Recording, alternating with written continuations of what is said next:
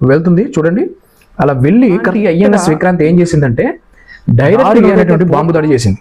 సామాన్యుల కోసమే ఈ వీడియో. అంటే ప్రతి ఒక్క తెలుగు తాను నాశనం చేసుకొని అక్కడ ఉన్నటువంటి శిరాసరి గెద్ద వచ్చినట్టు వెళ్ళి పడింది. అలా పడ్డంతో ఆ ఎయిర్ డిఫెన్స్ తెలివితేటలుగా భారత్ ఏదైనా మిసైల్స్ కానీ రాకెట్స్ కానీ వస్తుంటే లక్ష్యాల మీద వెళ్ళి ఆటోమేటిక్ లో ఉన్నాయి. అది కూడా నిన్న జరిగినటువంటి విషయం. ఎప్పటి నుంచో అడుగుతున్నాయి ఆర్మీ కానీ నేవీ కానీ మిసైల్స్ పరంగా. ఎందుకంటే మన దగ్గర అగ్ని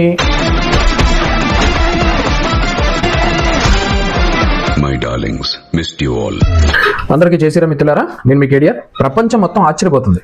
నిజంగా ప్రపంచం ఒక్కసారిగా ఉలిక్కుపడింది, ఒక రకంగా కంగు తిన్నదని చెప్పొచ్చు. పాకిస్తాన్ పై భారత్ చేస్తున్నటువంటి దాడి నిజంగా అది సామాన్యమైనది కాదు. నిజంగా పెద్ద పెద్ద అగ్రదేశాలు కూడా ఆశ్చర్యపోయి ఏంటిది, మొన్నటి వరకు అలా అనుకున్నాం భారతదేశాన్ని, ఏంటి ఇలా చేస్తుంది ఏంటని చెప్పి ఉక్కిరి బిక్కిరి అయిపోతున్నారు. ఇప్పుడు మీకు పక్కన చూపిస్తున్నటువంటి ఇమేజెస్ అలాగే వీడియోస్, ఇది అత్యంత విశ్వసనీయత సమాచారం. కేంద్ర ప్రభుత్వం అలాగే ఉన్నత మీడియా సంస్థలు వెల్లడించినటువంటి విషయాలు కన్ఫర్మ్ చేసుకొని మీకు చెప్తున్నాను. ఇప్పుడు మీకు ఒక వీడియో కనబడుతుంది చూడండి. ఈ వీడియో ఏంటంటే మన భారతదేశం సరిహద్దుల్లో ఉన్నటువంటి గ్రామాలపైన దాడి చేస్తున్నటువంటి పాకిస్తాన్ స్థావరం అంటారు. ఈ స్థావరం ఏంటంటే చాలా లోతుగా ఉంటుంది, బయటికి కనిపించకుండా ఒక కొండ చర్యలో కట్టి ఒక దృఢమైన కాంక్రీట్తో అక్కడి నుంచి మిసైల్స్ గన్లు అన్నిటితో పేలుస్తూ ఉంటారన్నమాట. ఇంకా బుల్లెట్ల వర్షం కురిపిస్తూ ఉంటారు. అది చాలా 30-40 కిలోమీటర్ల దూరం నుంచి అవి వచ్చి తగులుతూ ఉంటాయి. అది చాలా ప్రమాదకరం. అలాంటి దాన్ని వీళ్ళు ఏం చేస్తారు ఒకసారి చూడండి. మన మిసైల్ వ్యవస్థ ఎంత ఖచ్చితత్వంతో పనిచేస్తుందో చూడండి.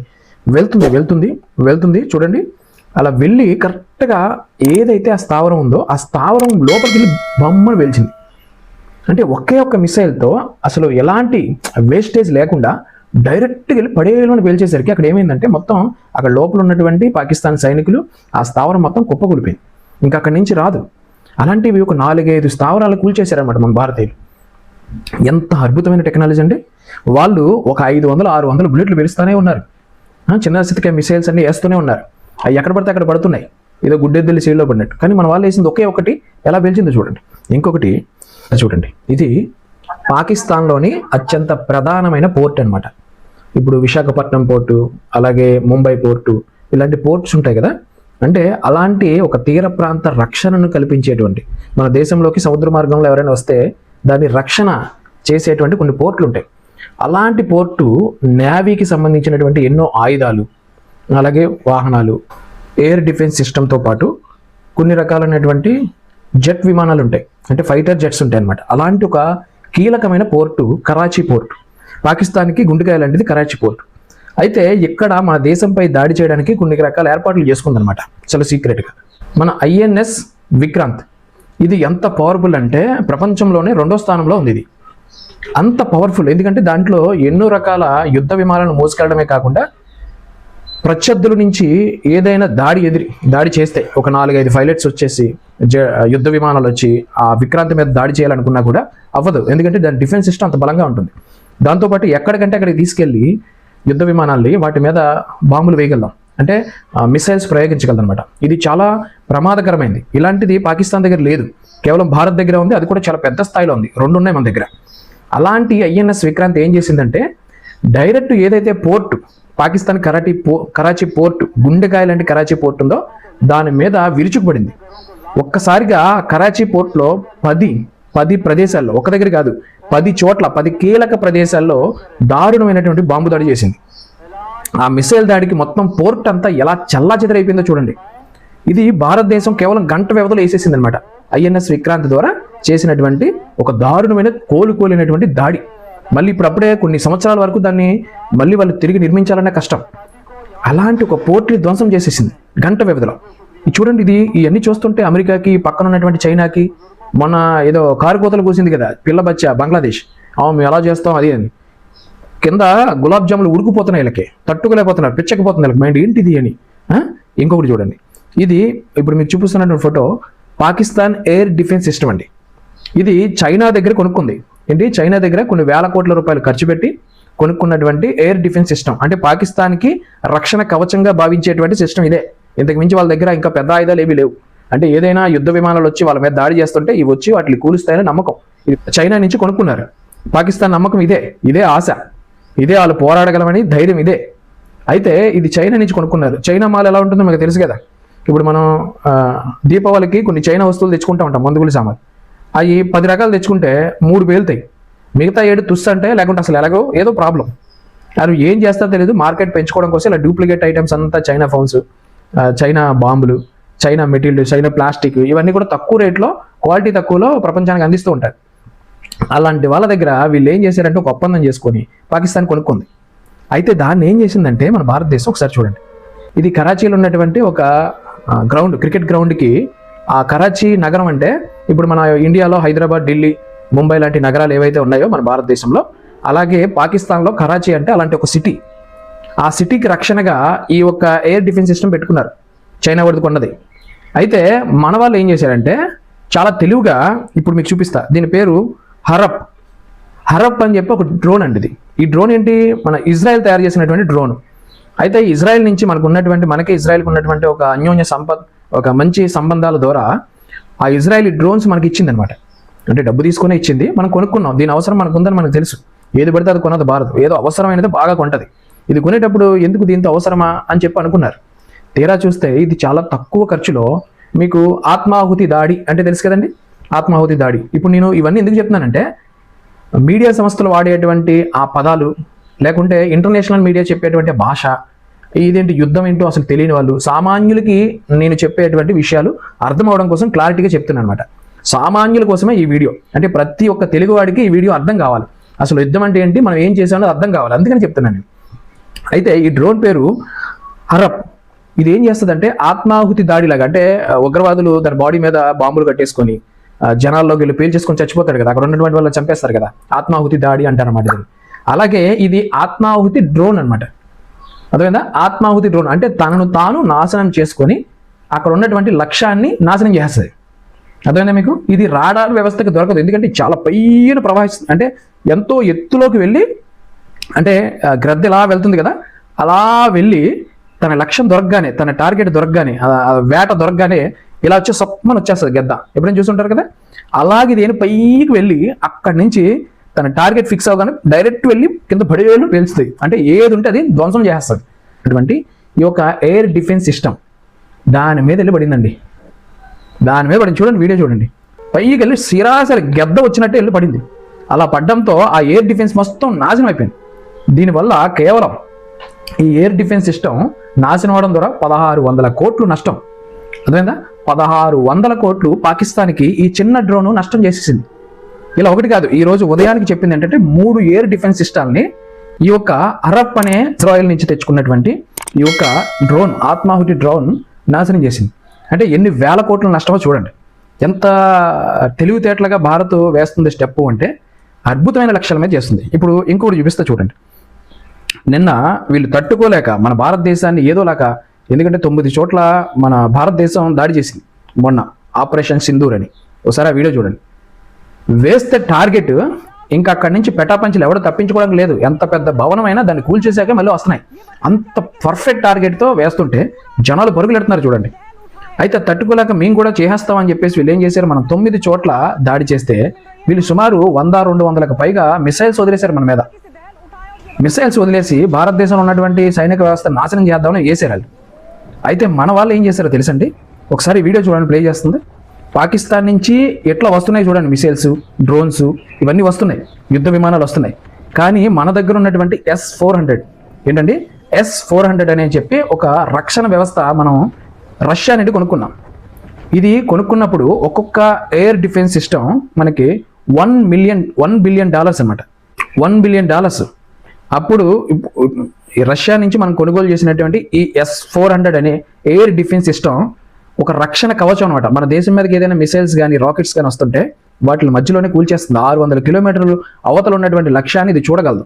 400 కిలోమీటర్ పరిధిలోకి వచ్చిందంటే దాన్ని ఎలాంటిదైనా వేసేస్తుంది. అది 40 కిలోమీటర్ల నుంచి 400 వరకు విభత్సంగా పనిచేస్తుంది. అది ఎటు నుండి వచ్చినా, కింద నుండి వచ్చినా, పై నుండి వచ్చినా స్మాష్. అలాంటి డిఫెన్స్ సిస్టమ్ ఇప్పుడు మన దగ్గర 3 ఉన్నాయి.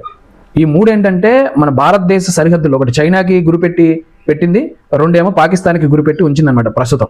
ఇది ఎలాంటి అంటే ఒకటేసారి 36 లక్ష్యాల మీద టార్గెట్ వెళ్ళి ఆటోమేటిక్గా వెళ్ళి ధ్వంసం చేస్తుంది. అట్లా ఎన్నిసార్లు వెళ్తే అన్నిసార్లు 36 లక్ష్యాలని పెటాపంచులు చేస్తుంది. అది ఏం చేసిందంటే పాకిస్తాన్ వస్తున్నటువంటి ఎయిర్ డిఫెన్స్ ఏదైతే అక్కడి నుంచి మిసైల్స్ వస్తున్నాయో అవన్నీ కూడా ఎలా ధ్వంసం చేసిందో చూడండి.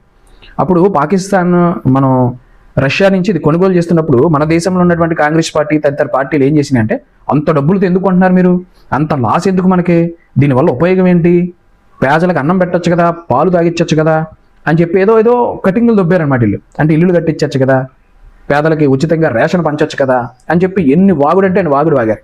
ఇప్పుడు అదే S-400 లేకపోతే భారతదేశాన్ని పాకిస్తాన్, బంగ్లాదేశ్, ఈ యొక్క చైనా లాంటి దేశాలు ఆక్రమించుకోవడానికి చాలా అవకాశాలు ఉంది.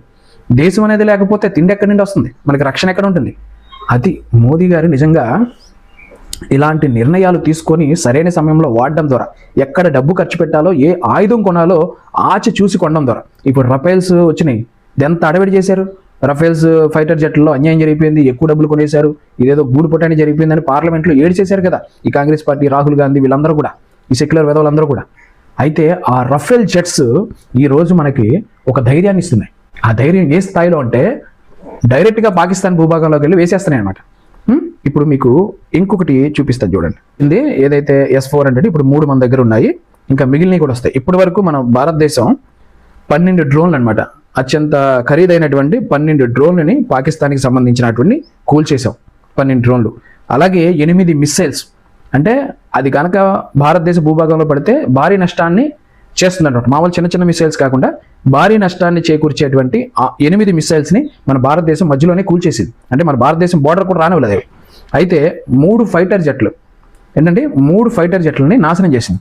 అందులో ఒక ఫైటర్ జెట్లో ఉన్నటువంటి వ్యక్తిని కొంత కూలిన ఫైటర్ జెట్ని మన ఇప్పుడు ఆర్మీ అండర్లో ఉన్నారన్నమాట. అంటే పాకిస్తాన్ ఫైటర్ జెట్ నడిపేటువంటి పైలట్ని, అలాగే ఫైటర్ జెట్ ఇప్పుడు మన భారత ఆర్మీ అండర్లో ఉన్నాయి.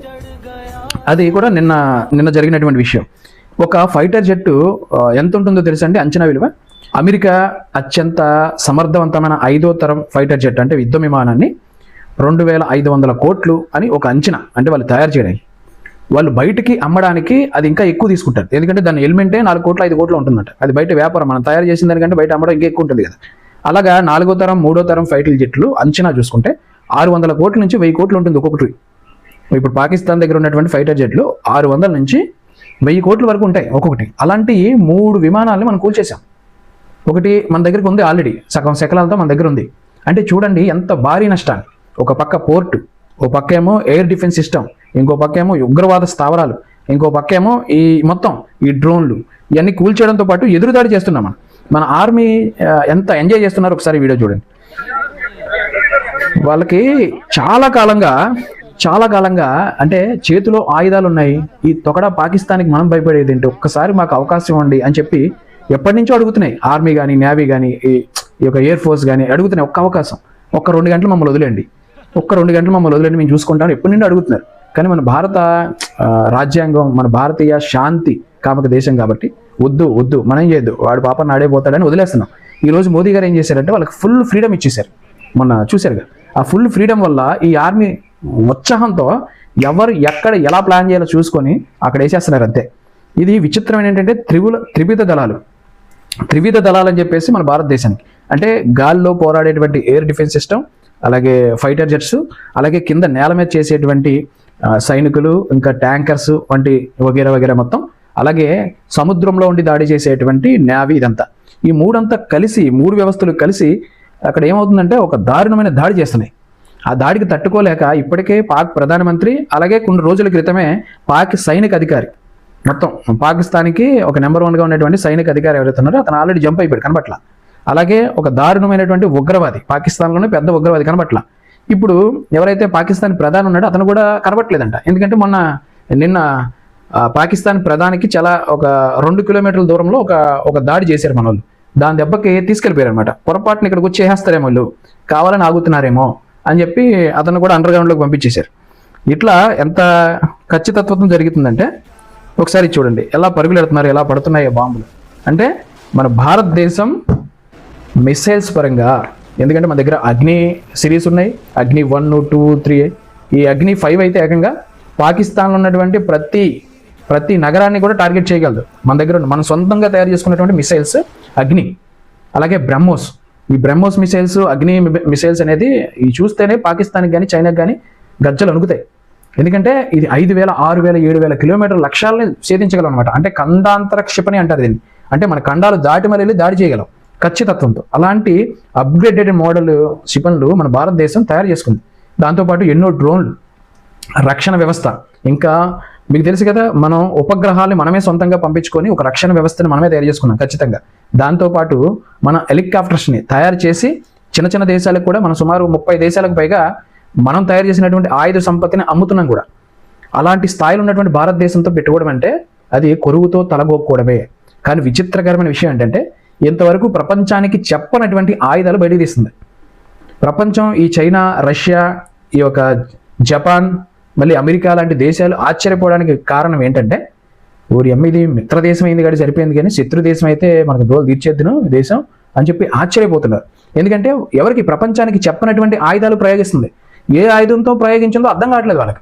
మనం ఫోన్ చేసి వాళ్ళకి చెప్తున్నాం, ఇగో మేము ఇలాంటి డ్రోన్తో, లేకుంటే ఇలాంటి ఆయుధంతో, ఇలాంటి దాంతో మేము ధ్వంసం చేసామని సాక్ష్యాలతో వాళ్ళకి మనం చెప్తున్నాం, వాళ్ళకి పర్సనల్గా ఫోన్లు చేసి. ఇంకా అమెరికా లాంటి దేశాలు ఆశ్చర్యపోతున్నాయి, ఏంటో బాబు ఇది ఏమో చాలా దారుణంగా ఉంది, మా సాయం అడుగుతారేమో, మా దగ్గర ఏదో కొన్ని ఫైటర్ జెట్లు అడుగుతారేమో అని మేము అనుకుంటే, ఏమో వాళ్ళ దగ్గర కొత్త కొత్త ఆయుధాలు తీసుకొస్తున్నారు, ఇదేదో రిస్క్గా ఉందని చెప్పి ఆశ్చర్యపోయి ఏం చేయాలి తెలియక అందరం మూసుకొని ఉన్నారు. అలాంటి మన భారతదేశం ఈ సమయంలో మన భారతదేశానికి, సైన్యానికి, అలాగే కేంద్ర ప్రభుత్వానికి, ముఖ్యంగా మోదీ గారికి మనం అండగా ఉండాలి. ఈ సమయంలో అండగా లేకపోతే శత్రు దేశాలు కాసుకొని ఉన్నాయి. అందుకని కనీసం ఒక్క బాంబు కూడా మన భారతదేశంలో పడకుండా చాలా జాగ్రత్తలు తీసుకుంటున్నారు. భారతదేశాన్ని తిరుగుదాడి చేస్తే, భారతీయుల సహనం నశిస్తే ఏ స్థాయిలో ఉంటుందో ప్రపంచానికి తెలియపరుస్తున్నారు. అందుకని ఈ సమయంలో పోలీసు వాళ్ళు, మిలిటరీ వాళ్ళు, అలాగే డిఫెన్స్ సిస్టమ్, లేదా కేంద్ర ప్రభుత్వం, లేదా రాష్ట్ర ప్రభుత్వం ఎవరైనా ఏం చెప్పినా కూడా వినాలి, చాలా శ్రద్ధగా వినాలి. ఎందుకు అని ఎదురు చెప్పకుండా దాన్ని పాటించాలి. ఈ కొన్ని రోజులు మాత్రం దేశానికి సపోర్ట్ చేయండి. జై శ్రీరామ్, భారత్ మాతకి జై. నేను మీ కేటీఆర్.